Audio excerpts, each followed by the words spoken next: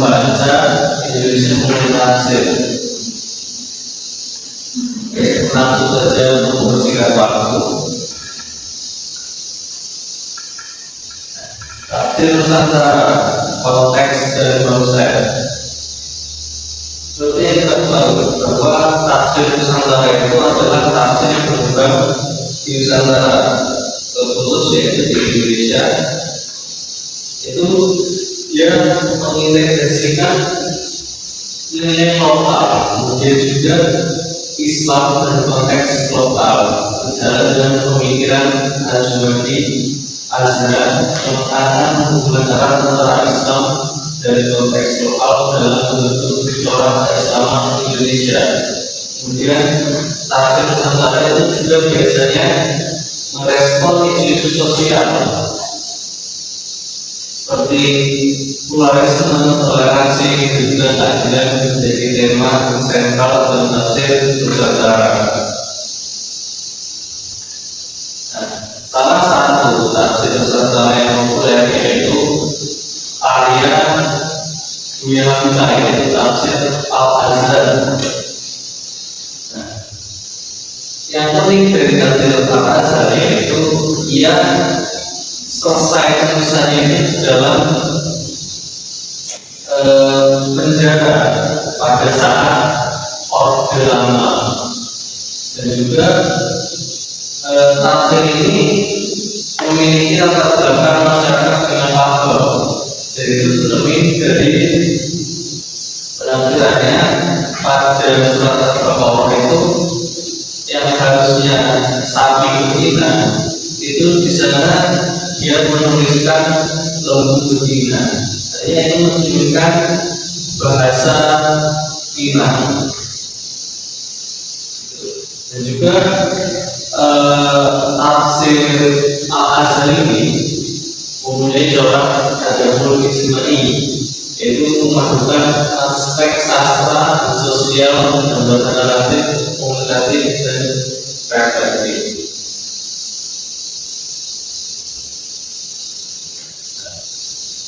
Nilai Indonesia yang tercermin dalam tafsir Al-Azhar yaitu ada tiga, yaitu keadilan dan kepemimpinan, kemudian toleransi dan gotong royong, kemudian bahasa dan komunikasi. Ya, ini bisa kita lihat karena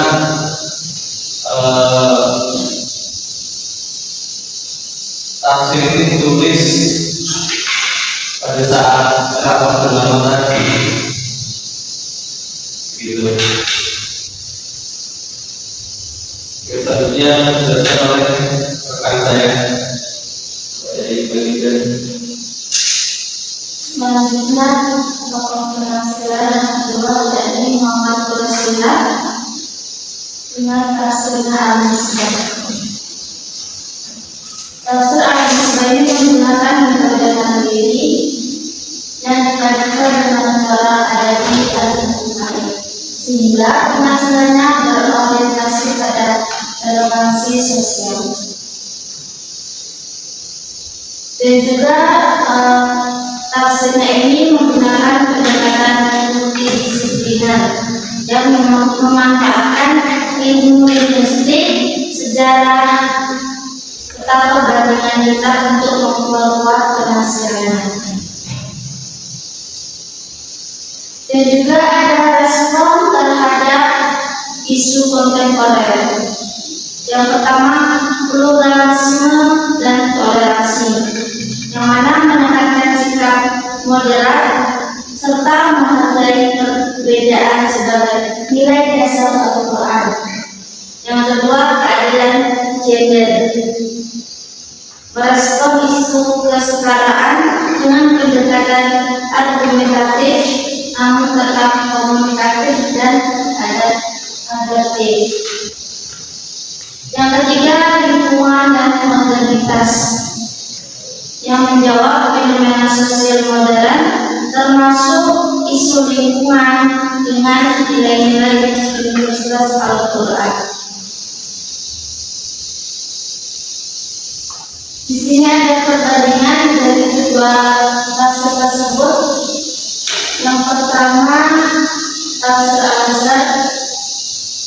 Islam moderat dan inklusif.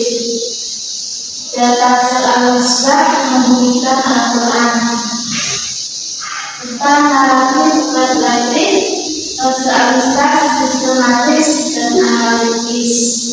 Jadi kesamaan kedua tafsir ini sangat komunikatif sastrawi yang tafsir Al-Misbah dan yang Al-Misbah kontekstual modern menggunakan bahasa edukatif dan akademik.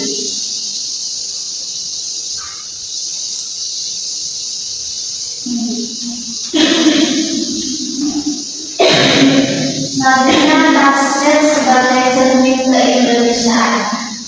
Pertama, produk budaya. Tafsir ini lahir dari interaksi teks suci dan konteks sosial mencerminkan dinamika kebudayaan Islam Indonesia. Yang kedua, negosiasi lokal. Proses penafsiran mengontekstualisasikan ayat agar sesuai kondisi masyarakat Indonesia. Yang ketiga, membentuk wacana, yang mana memperkuat pola Islam yang moderat, inklusif, dan adaptif. Oke, kesimpulannya, tafsir kontekstual dan dinamis tafsir Al-Misbah dan Al-Misbah itu membuktikan bahwa penafsiran Al-Quran tidak dapat diluaskan dari konteks sosial, budaya, dan intelektual penafsirnya. Kemudian, kedua tafsir ini merepresentasikan identitas Islam Indonesia. Keduanya menegosiasi antara teks wahyu dan teks lokal sekaligus sarana transformasi sosial dan pembentukan identitas keislaman. Yang terakhir, Islam Nusantara yang moderat. Nilai universal dalam Al-Quran dapat diartikulasikan dalam konteks lokal tanpa kehilangan substansinya, yaitu memperkuat karakter Islam Nusantara yang kontekstual, modern, dan inklusif. Sekian penjelasan dari kelompok kami. Silakan bagi teman-teman yang ingin bertanya.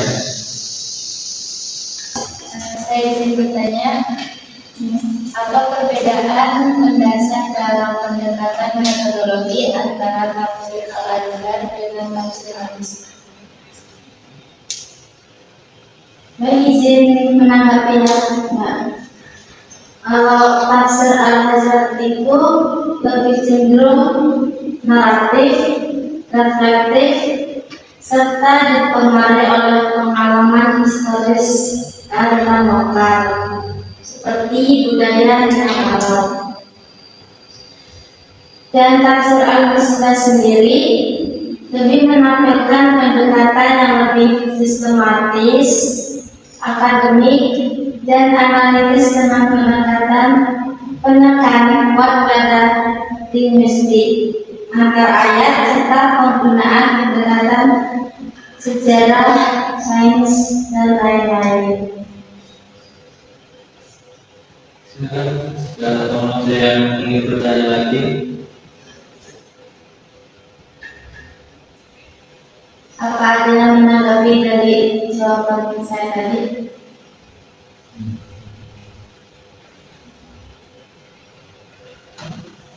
Yang bertanya, Ya, silakan.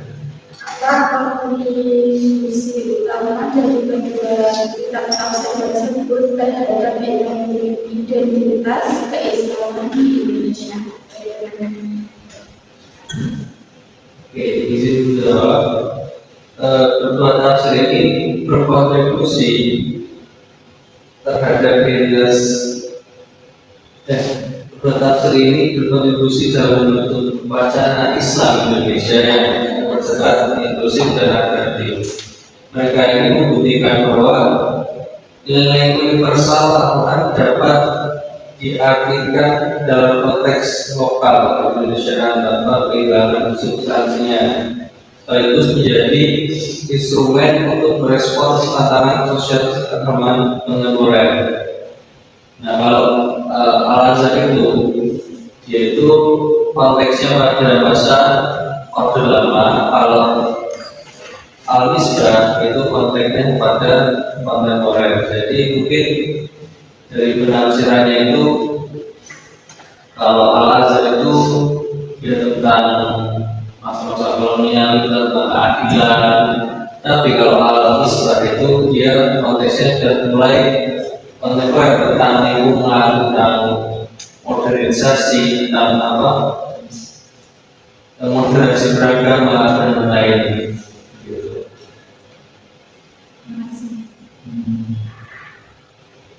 Saya izin menanggapi materi. Tadi dikatakan kedua tafsir ini memiliki latar belakang yang berbeda. Dari sebelumnya disebutkan masa tafsir kalau masa kolonial, terus Al-Misbah terjadi pada masa-masa kolonial. Dan pertanyaan saya dari yang menjadi feedback dari ceritanya tadi, apakah kita ini masih relevan untuk mempelajari tafsir-tafsir yang sudah berbeda zaman? Jadi dikatakan pada zaman Orde Baru dan sebagainya. Apakah kita masih relevan untuk mempelajarinya karena kita sudah berada di zaman yang berbeda? Oke, jadi langsung menanggapi. Menurut pemateri, tentunya masih relevan untuk mempelajari tafsir-tafsir yang ada sudah lama, karena ya tafsir tersebut akan memberikan bermanfaatan juga kepada kita. Contohnya ya tafsir Al-Azhar, tafsir Al-Misbah tersebut juga dalam menafsirkan tersebut tentu dia mengutip kitab-kitab tafsir yang lama. Jadi ya untuk jadi konteks relevan ya tentunya masih relevan untuk kita pelajari sampai sekarang. Jadi berkaitan dengan tafsir Al-Azhar, saya ingin bertanya bagaimana yang latar belakang dari Hamka untuk sebagai pengaruh pikirannya, latar belakang dia yang menyebabkan pengaruh untuk pikirannya itu seperti apa?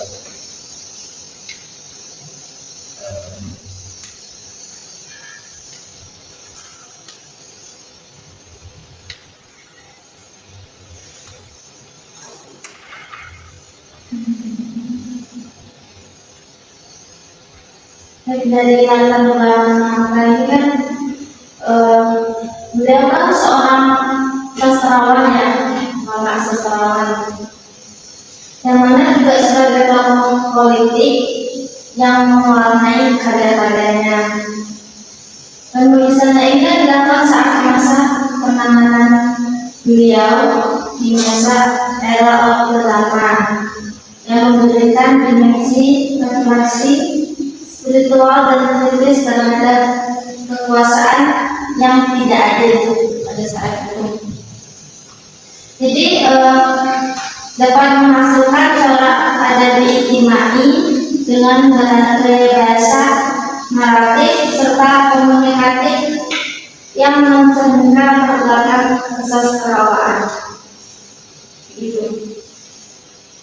Gimana Mas Rizal? Apa ada tambahan?